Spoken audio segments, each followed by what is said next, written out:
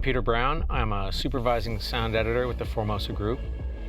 We focus on bringing the sound effects, the dialogue, and the Foley to the mixing stage and try to get the director's vision coming out of the speakers.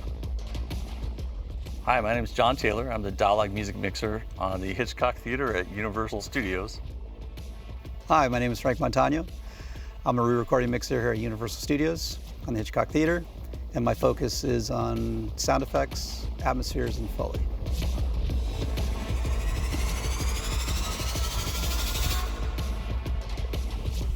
So we would love to show you our latest installment of the Fast and the Furious franchise, which is Fast 9. We'll start from the first frame, and we'll give you a little teaser.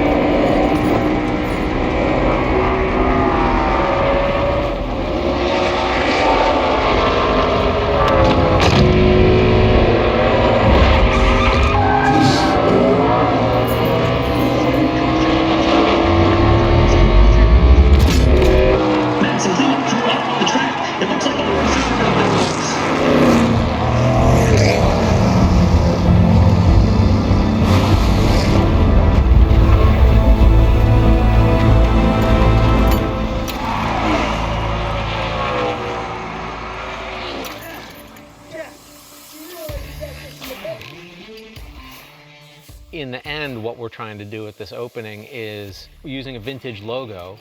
We want to tell the audience, subtly or otherwise, that you're not in 2021, you're in 1989. Going back to the older logo was sort of happened towards the end. So we knew that we had to pare it down. So originally, you know, the logo is it's a 7-1 logo.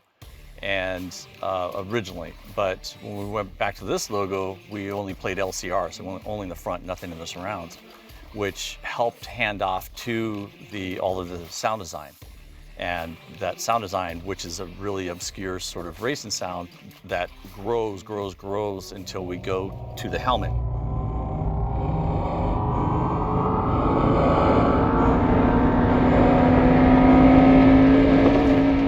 So there's a lot of transitions that are going through there. There's a lot of immersive panning in the array, and then ultimately starting to focus in on pictorially on the theme of the Toretto creed is the cross, and that's hanging on the rear view, and then we get into the cockpit of the car, and then we started to add outside of the car racing components of buys and moving, again, panning, dynamic panning them through the room. So it's visceral, it's feeling real. Now we're in the cockpit. Once we get to the helmet, it's really about what's happening inside the helmet. So now we hear a human breathing. We know that there's something arduous, a struggle of a sort that's happening. And you back off and you see, wow, we're racing. So then you have that transition back to the racing. So once the shot goes onto the helmet, you're not sure exactly what the shot is at first, but you do hear the breathing. So you know there's some human activity basically. In a helmet, you hear yourself breathe, but outside of that, you really don't hear yourself breathe. So it's very exaggerated. So you focus on that. The racing is still happening, but you're really focusing on the breathing. And then it's slowly a transition. Yeah, once we make the transition, it was one of the later ads is we started to take physical car buys. He's passing. It was important that he's aggressive He's Toretto. So he's aggressive and he's passing cars. So off stage, you don't see them, but you hear them pan through the array as he's passing them. And originally I had it the opposite. Where he was getting passed directionally.